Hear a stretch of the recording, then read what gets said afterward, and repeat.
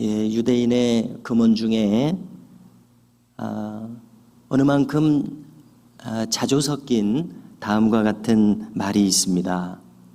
즉, 부자에게는 상속자는 있어도 자식은 없다, 이런 말입니다. 이것은 한마디로 물질관을 두고서 하는 말입니다. 부자지간만큼 인간관계에서 가까운 사이가 어디 있겠습니까? 그래서 우리는 일륜이라고 부르고 또 천륜이라고도 부릅니다.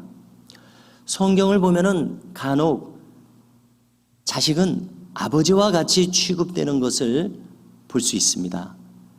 자식은 아버지와 같은 이름으로 부르기도 합니다.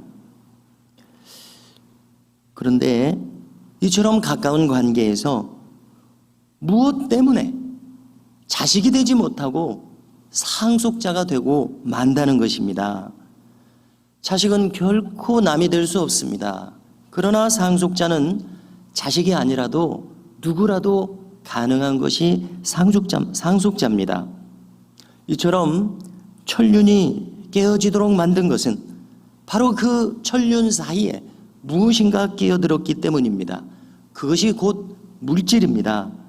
이것이 바로 물질관의 타락상을 보여주는 그러한 경구가 아닐 수 없습니다. 영국의 작가 중에 서머셋 모험이라고 하는 작가가 있습니다. 그는 달과 6펜스라고 하는 소설을 썼습니다. 이 소설의 모티브는 프랑스의 화가 폴 고갱의 생애였습니다. 그는 이것을 동기로 해서 파리를 향해서 떠나는 어떤 화가의 삶을 풀어갑니다. 이 소설의 주제는 한마디로 말해서 세속적인 삶과 고상한 삶을 두 가지 사물에 비유한 것입니다. 즉, 은색의 둥근 모양을 한 달이 있습니다. 그리고 역시 은색의 둥근 모양을 한 6펜스의 은화가 있습니다. 모양이 비슷합니다. 그는 차원이 높은 인간의 정신세계를 달에 비유했습니다. 그리고 돈과 명예를 쫓는 세속적인 가치관을 6펜스라고 하는 은화로 비유했습니다. 서머셋 모험은 이 작품에서 이 6펜스를 추구하는 그 인생의 허무함과 불행함에 대해서 경고하고 있습니다. 생각해 보십시오. 이 세상에서 참으로 소중한 것은 모두가 다 돈으로 살 수 없는 것입니다. 가장 간단하게 시작한다면 공기, 돈으로 살 수 없습니다. 물, 자연 만물, 또 사랑, 시간이나 생명과 같은 것들, 또 희망과 기쁨, 우정과 친구, 자녀, 이 모든 것은 도무지 돈으로 살 수 없는 것들입니다. 이것들은 모두 무한한 가치를 지닌 것들입니다. 그래서 영어 표현에서 참으로 값비싸다라는 표현을 흥미롭게도 priceless 이런 말을 쓰고 있는 것을 배우게 됩니다. price는 가격, 값이라는 뜻이고 less는 없다는 뜻입니다. 그래서 값이 없다는 뜻이 아니라 값을 매길 수 없다. 얼마나 소중하면, 얼마나 귀중하면 priceless, 값을 매길 수 없다. 무한한 가치를 가졌다. 값비싼이라는 말이 이렇게 표현되고 있습니다. 만일 세상에서 모든 것을 이 물질적인 관계로 보고서 물질로서만 모든 것을 풀어가려고 해결하려고 하는 사람이 있다면 그는 가장 불행한 모습을 가진 사람일 것입니다. 누군가는 말했습니다. 가난한 사람은 돈이 없는 사람이 가난한 것이 아니다. 참으로 가난한 사람이 있으니 그는 꿈을 상실한 사람이요 또 감사의 마음을 상실한 사람이다. 이런 말이 있습니다. 오늘 말씀에서 너희를 위하여 보물을 땅에 쌓아두지 말라. 오직 너희를 위하여 보물을 하늘에 쌓아두라. 예수님께서 직접 하신 말씀입니다. 자, 이 보물이란 무엇이겠습니까? 보물을 쌓아두지 말라. 보물이란 무엇입니까? 헬라어로는 테사우로스라는 말을 쓰고 있습니다. 이 말 뜻을 찾아보면은 우리말 그대로 보물이라는 뜻입니다. 한자어로 보는 보배 보자를 쓰고 있고 물은 사물 물자를 쓰고 있습니다. 그래서 이 보물은 단순히 이 금은 보화만을 가리키는 것이 아니라 가장 소중한 어떤 것을 가리키기도 합니다. 대단히 소중한 것, 아주 높은 가치, 이것이 바로 누군가에게 보물입니다. 그러므로 보물이라고 하는 것은 이 유형의 물질만을 가리키는 것이 아니라 무형의 어떤 것들도 다 포함하는 것이 바로 이 보물임을 알 수 있습니다. 탈무드에 다음과 같은 이야기가 소개되고 있습니다. 어느 마을을 적군이 포위했습니다. 그리고 적군의 장수가 이 마을 사람들을 향해서 이야기합니다. 내가 이 마을의 모든 남자들을 모조리 사로잡아서 노예로 삼을 것이다. 그러나 여자들에 대해서는 자비를 베풀어서 모두를 풀어줄 것이니 이 마을을 떠나도록 하라. 단 한 가지 허용해 주는 것이 있으니 그대들이 가장 소중하게 생각하는 것을 모두가 하나씩 가지고 나갈 수 있도록은 허락해 준다. 이렇게 말했습니다. 그래서 할 수 없이 이 마을의 모든 여자들이 저마다 가장 소중하게 생각하는 물건들을 가지고서 마을을 떠나게 됩니다. 그들이 가지고 떠나는 것들을 보니까 여러 가지 금은 보화들을 가지고 떠납니다. 그리고 그 물건들을 검시관에게 보여주고 떠나는 겁니다.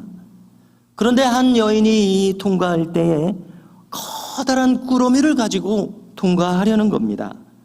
그래서 검시관이 확인합니다. 아니 도대체 무엇을 가지고 나가기에 이렇게 큰 꾸러미를 가지고 나가는가? 검문을 합니다. 자, 그것을 열어보니 아니 이게 웬일입니까? 그 꾸러미에는 건장한 한 남자가 들어있는 것입니다. 아니 도대체 이것이 어떻게 된 일이냐고 이 장수가 물었습니다. 그랬더니 이 여인이 대답합니다. 네, 저에게 있어서 가장 소중한 보물은 어떤 금은 보화가 아니라 바로 이 남편이 가장 소중한 보물입니다. 이렇게 말합니다. 이 여인의 말을 듣고 장수는 잠시 깊은 생각에 빠집니다. 그리고 나서 입을 열어서 말합니다. 그렇다. 이 여인의 말이 옳도다. 그녀는 그녀의 가장 소중한 것을 선택한 것이 맞도다. 이 여인의 말에 크게 감명받은 이 장수는 이 여인이 자신의 남편과 함께 이 마을을 떠날 수 있도록 허락해 주었다는 그러한 이야기입니다. 사람마다 모두 가치관이 다를 것입니다. 어떤 사람은 이것이 보물일 것이고 또 저런 사람은 저것이 보물일 것입니다. 한번 스스로에게 물어보십시오. 나는 지금까지 살면서 무엇을 가장 소중히 여기면서 살아가고 있는가? 나의 마음은 무엇을 가장 귀히 여기는지 한번 생각해 보십시오. 우리가 흔히 이 공산주의 사상을 논할 때에 그 근본 사상의 출발점을 유물론이라고 규정을 하게 됩니다. 그리고 그 유물론이라고 하는 사상은 또한 이 진화론적인 이론에서 온 것이 확인됩니다. 그래서 이 세계관을 살피면은 그 중심적인 특징이 있습니다. 이 세계관은 오직 이 눈에 보이는 것만을 인정하는 세계관입니다. 가시적인 것만을 인정합니다. 그런데 우리가 여기서 꼭 생각할 것은 우리가 살아가는 이 세상 그리고 우리 인간의 삶이라고 하는 것은 오직 가시적인 것으로만 구성되어 있지는 않습니다. 보이지 않는 구성, 보이지 않는 그 어떤 것이 우리 인간의 삶과 우리가 살아가고 있는 이 세상에 작용하고 있는 것을 전혀 고려하지 않기에 이 유물론적인 사상이 수립되어 있는 것을 우리가 찾아볼 수가 있습니다. 유물론, 무형의 불가시적 세계를 전혀 상정하지 않은 이론입니다. 그러기에 이 이론은 진정한 삶에 대해서 균형을 이룰 수밖에 없습니다. 복잡한 인간의 삶을 고려할 때에 편협한 결론으로 이어질 수밖에 없다는 것을 우리는 알고 있어야겠습니다. 흔히 우리가 살아가는 이 세상을 물질 만능주의 사회라고 일컫고 있지 않습니까? 우리는 이 공산주의 세계와는 다른 자유민주주의 세계에서 살아가고 있습니다. 그런데 참 특이한 점이 있습니다. 우리가 이 자유세계에서 살아가고 있습니다마는 결과적으로는 저 공산주의 사상의 세계관인 이 물질만을 중시하는, 물질만을 인정하는 세계관, 즉 유물론적인 세계관과 똑같은 사회상을 이루고 있다는 이 사실을 알고 계십니까? 우리가 이 사실을 알게 된다면 참 충격을 받지 않을 수 없습니다. 최근 우리가 이 사회에 속하고 있기 때문에 이 세상 돌아가는 것을 한번 생각해 보십시오. 많은 사람들이 황금 만능주의를 추구하기에 온갖 부끄러운 치부를 드러내는 사람들의 소식들이 들려오게 됩니다. 자, 이것은 무슨 현상입니까? 바로 사람들이 살아가는 가치관이 타락한 채로 살아가고 있음을 잘 보여주고 있다고 생각합니다. 다시 말해서 자신이 가장 소중하게 생각하는 그 높은 가치를 참으로 영원하지 않은 물질에 두고 있기에 양심의 작용과 같은 이 거추장스러운 것은 훌훌 걷어내버리고 그저 편하게 마음 흘러가는 대로 자기 손에 쥘 수 있는 대로 살아가고 있는 이 안타깝고 어리석은 모습을 우리는 보면서 이 세상을 함께 살아가고 있습니다. 오늘 주님의 말씀을 다시 한번 함께 주목하고자 합니다. 주님은 말씀하십니다. 너희를 위하여 보물을 땅에 쌓아두지 말라. 너희를 위하여. 이것은 인간의 본능입니다. 주님도 인정하고 계시는 바입니다. 너희를 위하여. 그렇습니다. 우리는 모두 우리 자신을 위하여 사실 살아가고 있습니다. 나의 유익을 위해서, 내가 행복하기 위해서 살아가고 있습니다. 자신의 불행을 추구하는 사람은 아무도 없을 것입니다. 내가 평안하고 기뻐하는 삶을 모두가 추구하고 있을 것입니다. 그래서 자신을 위하여, 너희를 위하여. 그러나 주님이 주시는 교훈은 너희를 위해서 하는 것 좋다. 그러나 너희를 위한 그 보물을 땅에 쌓아두는 선택을 하지 말라. 이리 말씀하여 주시고 계십니다. 그렇습니다. 누구나 행복한 삶을 추구하는 것은 당연한 권리입니다마는 그러나 그렇게 되기 위해서 그 중간 과정에서 취하는 그 방법과 목적도 참으로 중요한 것을 우리는 알아야 합니다. 행복하기 위해서, 기쁘기 위해서 사용하는 방법이 저속하거나 저속한 목적이어서는 아니 되겠다는 것입니다. 그리고 남을 해쳐서도 정말 안 됩니다. 주님은 말씀하십니다. 한마디로 땅에 쌓아둔다. 그러면 거기는 좀과 동록이 해야 하느니라. 자, 좀이란 무엇입니까? 옷과 같은 어떤 것을 보관할 때에 그것이 이제 어떤 세균 같은 것들로 인해서 부패한 것을 가리키지 않습니까? 한마디로 썩은 것을 가리킵니다. 동록이란 무엇입니까? 동전이 이 녹이 슬어서 이렇게 시퍼렇게 변색이 된 것을 본 적이 있으실 것입니다. 얼마나 오래 쓰지 않았으면, 얼마나 습한 곳에 묵혀두었으면 그러한 일이 일어날까. 사용하는 동전은 그렇게 변색될 일이 아마 없을 것입니다. 입지도 못하는 옷, 다 쓰지도 못하고 녹이 슬 정도로 오래도록 쌓여져 있는 동전, 생각해보면은 모두가 사용되고 있지 않은 상태의 것들입니다. 한마디로 무용지물의 상태인 것을 알 수 있습니다. 이런 말이 있습니다. 부자도 오직 삼시세끼만을 먹을 뿐이다. 생각해보면 정말 그렇습니다. 내가 수억만 금을 가지고 있다고 할지라도 사실상 내가 쓰는 것만 내 것이 될 수 있습니다. 이치를 생각해보면 그렇습니다. 자, 저 금고에 많은 돈이 쌓여져 있습니다. 그렇다면 그 많은 돈은 그저 쌓여져 있을 뿐이지 사실상 나와 상관없는 돈이 될 수 있다는 점입니다. 자, 우리에게 정말 중요한 문제는 진정으로 무엇이 나를 위한 것인가 하는 바로 이 문제입니다. 그래서 주님께서는 반대로 우리에게 교훈하시기를 너희를 위하여 보물을 하늘에 쌓아두라 이렇게 가르치십니다. 거기는 좀이나 동록이 해하지 못한다. 도둑이 구멍을 뚫지도 못하고 도둑질도 못하느니라.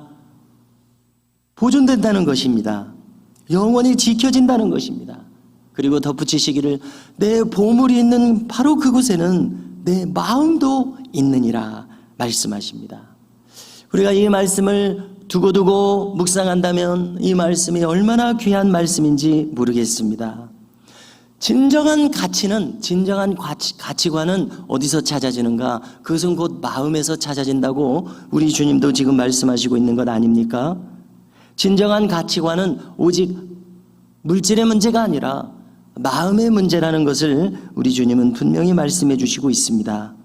주님은 오늘 말씀을 통해서 분명히 교훈해 주시기를 너희를 위해서, 우리 자신을 위해서 보물을 쌓아야만 하겠다는 것입니다.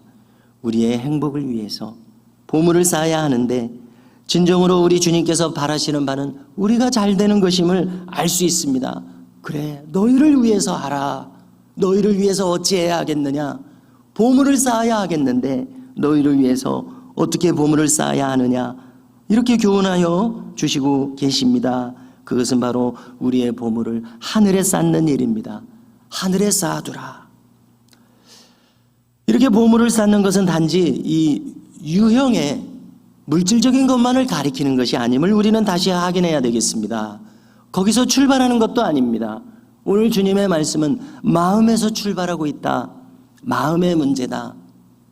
마음에서 어떻게 쌓느냐, 어떻게 추구하느냐, 바로 이것이 우리 주님께서 교훈하시는 중심 문제임을 알 수 있습니다. 자, 다음과 같이 조금 전에 나눈 이야기와 비슷한 이야기가 있습니다.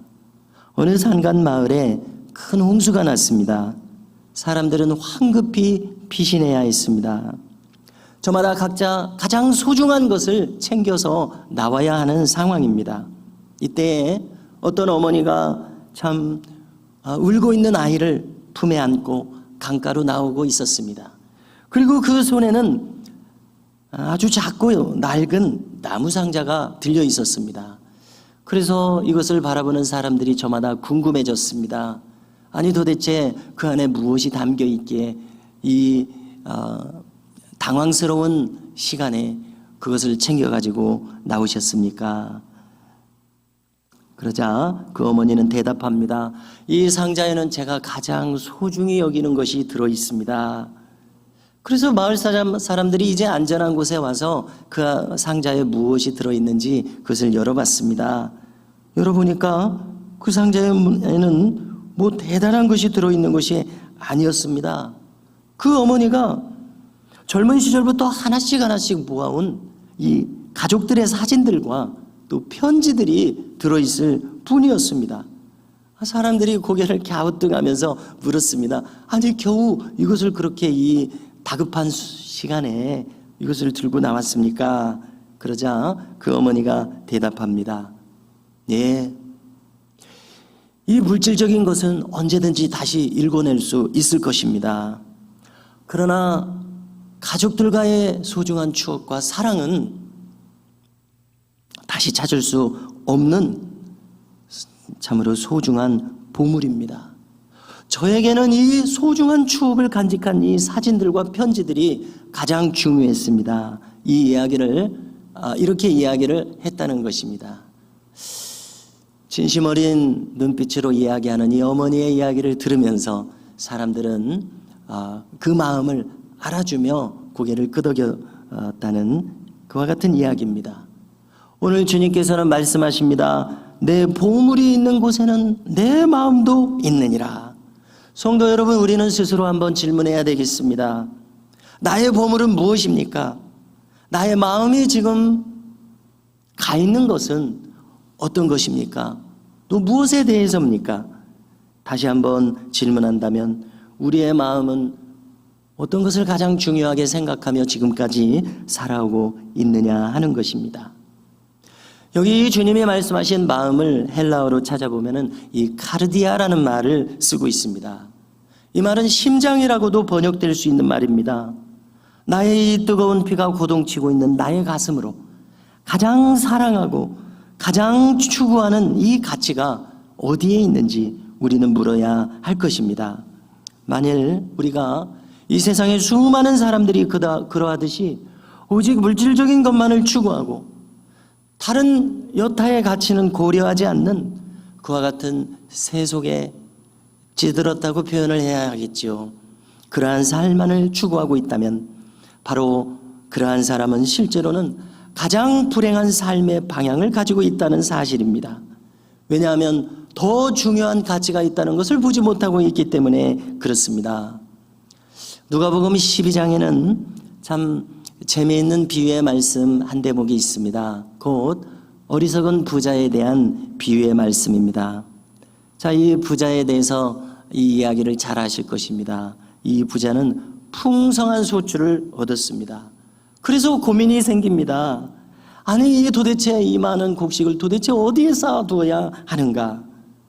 고민하고 고민한 결과, 그래, 이렇게 하리라. 이 곡간을 헐고 더 크게 짓고 여기에 이 곡식들과 또 물건들을 쌓아두리라. 그리고 그 다음에 스스로 만족하면서 하는 말을 들어보십시오. 내 영혼아. 아니, 보통 사람이 이렇게 말하는 사람이 어디 있습니까? 내 영혼아. 이 비유의 말씀을 분명히 하시기 위해서 이렇게 말씀하신 것 같습니다. 내 영혼아, 여러 해 쓸 물건을 많이 쌓아두었으니 평안히 쉬고 먹고 마시고 즐거워하자 하리라. 이렇게 말씀하십니다. 얼마나 지금 만족스러운 모습 아닙니까? 내 영혼아, 먹고 마시고 즐거워하자. 이렇게 할 거라는 겁니다. 아주 지극히 행복한 사람의 모습처럼 보입니다. 자, 그런데 더 재미있는 대목이 있습니다. 그 다음 대목입니다. 하나님이 이 부자를 내려다보고 계십니다. 그리고 말씀하신다는 것입니다. 어리석은 자여. 이렇게요. 어리석은 자여, 오늘 밤에 내 영혼을 도로 찾으리니 그러면 너의 준비한 것이 누구의 것이 되겠느냐. 이렇게 말씀하시겠다는 것입니다. 자, 이 하나님의 말씀을 통해서 이 부자가 생각하지 못하는 것이 있습니다. 첫째, 인간은 오늘 당장이라도 그 영혼이 오라 하시면은 다 내버려두고 가야 한다는 사실입니다. 이 지상의 삶이 참 우리가 많은 세월을 사는 것 같지만 영원하지 않다는 것을 종종 망각하는 것이 우리 인간들의 모습인 것 같습니다. 둘째로, 쌓아뒀다고 해서 그것이 다 내 것이 되는 것은 아니라는 사실입니다. 그렇습니다. 가장 단순하게 표현해 본다면 아무리 많이 쌓아두었어도 내가 먹어야 내 것이 됩니다. 내가 써야 내 것이 됨을 알 수 있습니다. 그러므로 지금 저렇게 많이 쌓아두고 뿌듯해하는 바로 이것이 진정으로는 누구의 것이 될지는 바로 모른다는 이 사실입니다. 자, 이 상황에 대한 예수님의 논평이 이어집니다. 들어보십시오. 자기를 위하여. 여기 자기를 위하여가 또 나오고 있습니다. 재물을 쌓아두고 그 다음 말씀이 참 중요합니다. 하나님께 대하여 부여하지 못한 자가 바로 이와 같으니라. 참 이 비유의 말씀이어서 뭐 구구절절 말씀하실 겨를이 없습니다. 여기 딱 한마디 말씀에 우리가 주목하면 될 것입니다. 하나님께 대하여 부여하지 못한 그러한 삶의 가치관을 가진 사람입니다. 아주 중요한 것이 바로 이것입니다. 하나님께 대하여 부여한 마음, 하나님께 대하여 뭐라고 표현해야 됩니까? 가난한 마음, 아무것도 없는 마음, 이렇게 살아가는 사람이 많은데 하나님께 대하여 부여한 마음으로 만일 우리가 살 수 있다면 얼마나 복되겠습니까? 예수님이 주목하게 하시는 바로 이 예수님의 논평, 우리가 우리의 평생에 간직하며 늘 되씹어야 할 것입니다. 자기를 위하여 재물을 쌓아두고, 그렇습니다. 마음이 잘못되었기에 자기를 위해서도 잘못되어 가고 있습니다.